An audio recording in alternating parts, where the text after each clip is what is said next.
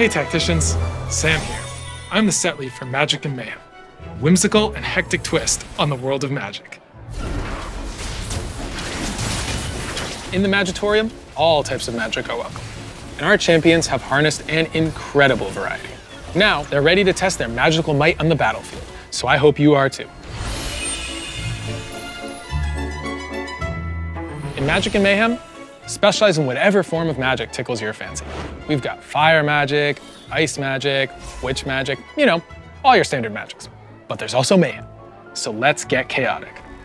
First things first, bees. Honeymancy champions summon tiny, untargetable versions of themselves, swarming their enemies with sheer numbers. The Honeymancy roster may make for a go-to reroll comp, but with the charm-stacking King Beegar as your carry, you'll be a total buzzkill for your lob bees in the late game too. You heard me right, charm stacking, which will make a lot more sense later, I promise. If you've got a sweet tooth, we've got the perfect trait for you. Sugar crafters build a cake filled with power and treats by collecting sugar for each item component your team has. Each layer you bake will power up sugar crafters with saccharine stats. When the cake is finished, more rewards are sure to come. With late game scaling, all you need is fructose and glucose, and your opponent is toast. Piece of cake. Eldritch is one of my favorites. A lot of people on the team say it freaks them out, but I don't really get why.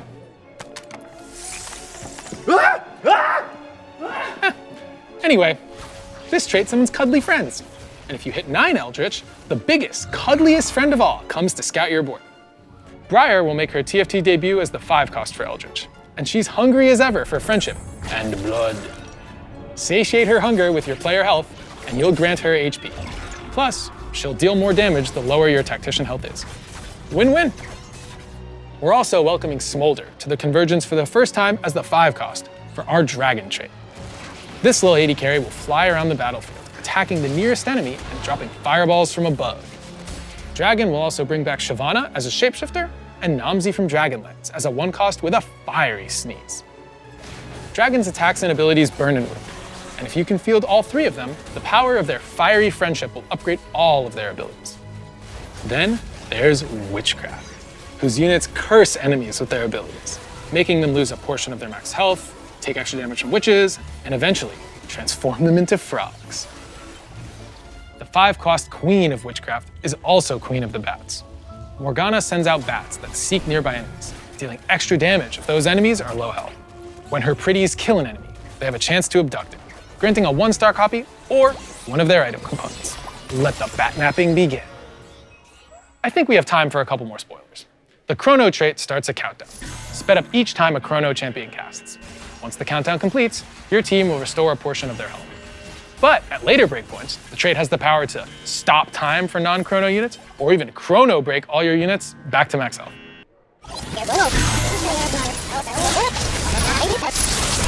Whoa!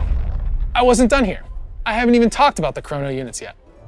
Karma will be your go-to AP carry, taking up heaps of damage over time, while the 5-cost Camille creates a zone where she can bend time and her opponents to her will.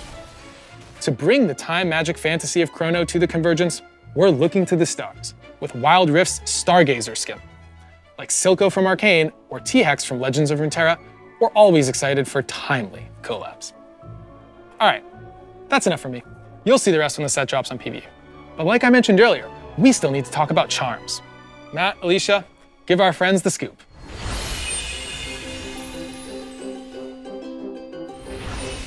Hey Tacticians, I'm Matt Dunn, the game designer behind this set's mechanic, Charms.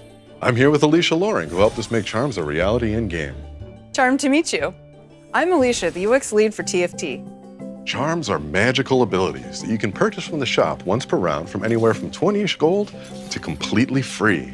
They do a whole host of wild and wacky things, but their power is tied to the cost and the stage to become available. You'll only be able to buy 1 per round, despite seeing multiple if you roll enough, so you'll want to pick the one that's most useful to you at any given moment. Let's talk through some examples, starting with a simple one, Phantom Gloves. For 3 gold, you'll get a temporary Thief's Gloves until the end of your next player combat. Is it really a Thief's Gloves if you don't get to keep it? A more big brain example comes from the Copycat charm, which grants you a 1-star copy of the first enemy champion to die during the next player combat. There are also charms that appear during the mid-game, when you have a bit more gold, but you're still tinkering with your strategy. Reclamation is a cheap charm that breaks apart items on bench champions for a round. Combat-oriented charms are likely to appear during the mid-game as well. Earthquake stuns your opponent's board for 2 seconds at the start of combat, while Silver Guard makes your team immune to crowd control for the first few seconds of the fight. Talk about a hard counter. Later in the game, you'll get offered more expensive and powerful charms, like Spawn Swarm, which for 8 gold will make it so your dying champs spawn a small voidling. Gross. All 5s, a medium-priced charm, will immediately re-roll your shop into all 5 costs. It's perfect for taking screenshots to show your friends just how lucky you are.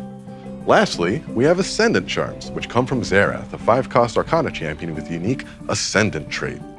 Xerath, whose ability launches a barrage of arcane blasts at enemies, can grant you access to charms like the Tower, which summons a large target dummy for a round that strikes enemies with lightning, or the Sun, which will grant you a support anvil and an artifact anvil. With all these exciting late-game charms, we expect to see some crazy final 2 or 3 player fights, as players desperately charm roll to eke out just one placement better. When the team came up with charms, we had to figure out just how to make them make sense in the game. My personal approach is that UX should feel like magic. It should fade into the background and feel like a natural extension of your powers as a tactician in the Convergence. You can see this philosophy at work with recommended items, augments and armory interfaces, or our favorite memory enhancer, the Team Planner. But for charms, we wanted to deliver something a little more delightful. When you buy a charm, it will follow your tactician around and show everyone in the lobby what type of magic you've got your hands on. And we're always looking for more ways to level up the overall TFT experience. So we're also working on quality of life improvements like new stats, or even ways to add more portals to TFT. With that, let's portal over to cosmetics.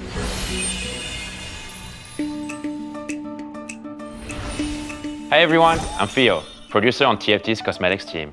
And we have a ton of new content for Magic and Mayhem to share with you. This is our biggest Chibi drop yet, and we're starting with a little shock and awe.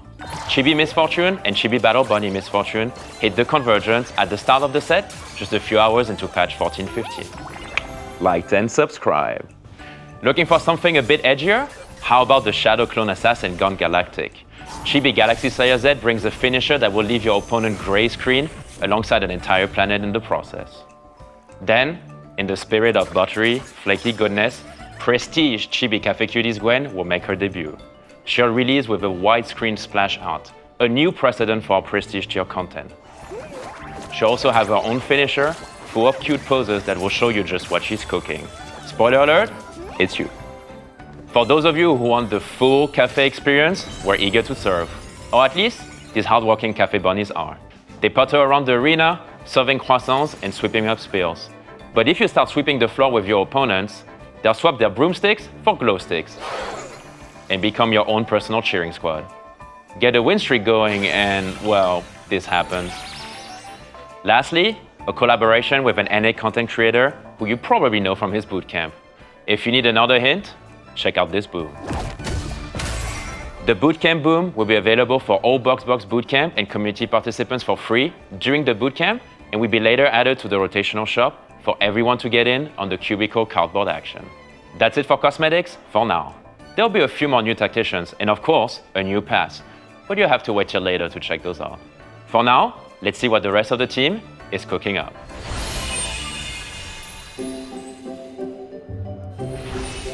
Hello, my name is Wright X Tina, and I'm the product manager for TFT's events and set revivals. Before I reveal what we have in store for you today, I want to share some insights on our first set revival, Galaxies. Though we've shipped totally new game modes before, we weren't certain that set revivals would resonate with players. I mean, did players really want to get blitz hooked every game again? Obviously not. That's why you have to scout. But you never, ever, ever pivot. Sorry, I got caught up in nostalgia. And so did many of our players. On its launch weekend, the Galaxy's Revival made up almost half of total game hours. It's no wonder that mech units were 3-starred 2,344,741 times. So, we're reviving another mid-set during Magic and Mayhem. This one will bring back fan favorites like Hellion, Abomination Scion, Vertical Legionnaire, And of course, our first legendary unit that costs 6 player health instead of gold. Yep, I'm talking Teemo. Reckoning Dawn of Heroes was the mid-set for our 5th set and has a reputation of being one of TFT's biggest comeback stories. The set introduced mechanics that have become core parts of TFT, like radiant items, armories, divine blessing, all of which have inspired various portals, augments, and more. We're adding a few updates, some of which are certain to surprise even our most dedicated Reckoning players. But we're not stopping at in-game updates. We heard that players wanted more, and this time, we'll also be adding progression outside of the game that will be specifically for the revival. The Dawn of Heroes revival will be out for 3 patches, starting patch 14.19, just a few patches into Magic and Mayhem. Okay, I've got to wrap this up, but expect more information after Magic and Mayhem goes live.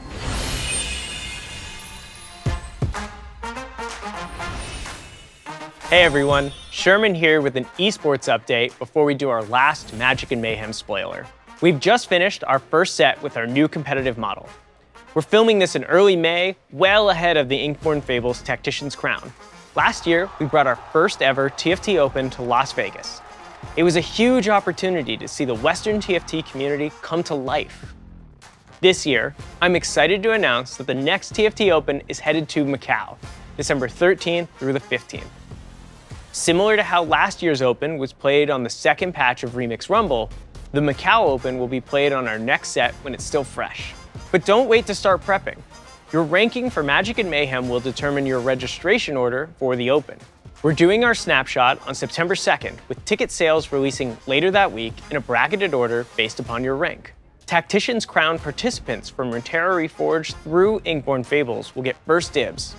Challenger players will get access a day later, Grandmaster and Masters players the following day, and the remaining competitor tickets plus general admission tickets will be released the day after that. Wow, that was a lot of info, but don't worry. If you need this in writing too, we just published an article with more info on the dates, ticket sales, and format. And for once, I'm not last. Peter, take it away.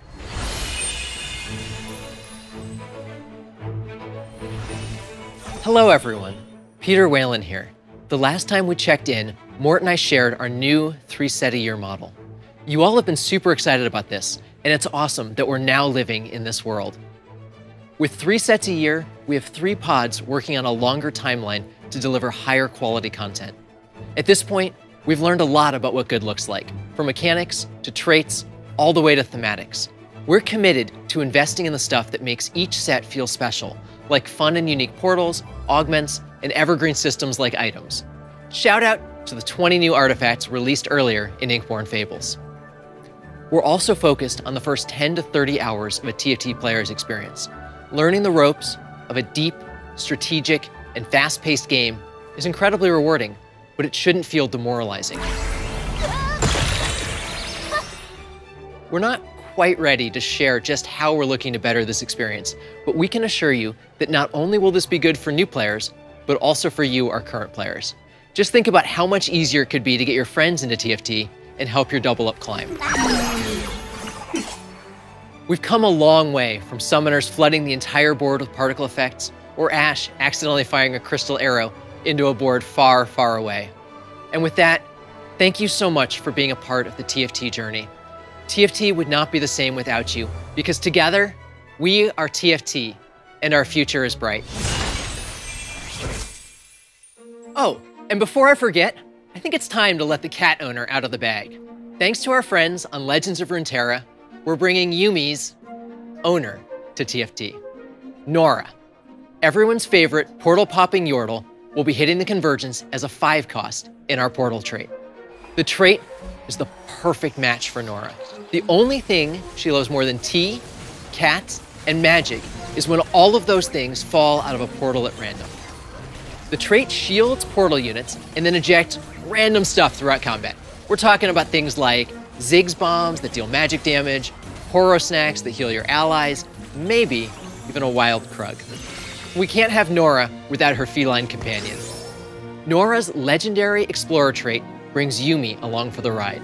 Yumi will fly around on Book, helping out her friends and using her ability when Nora casts hers.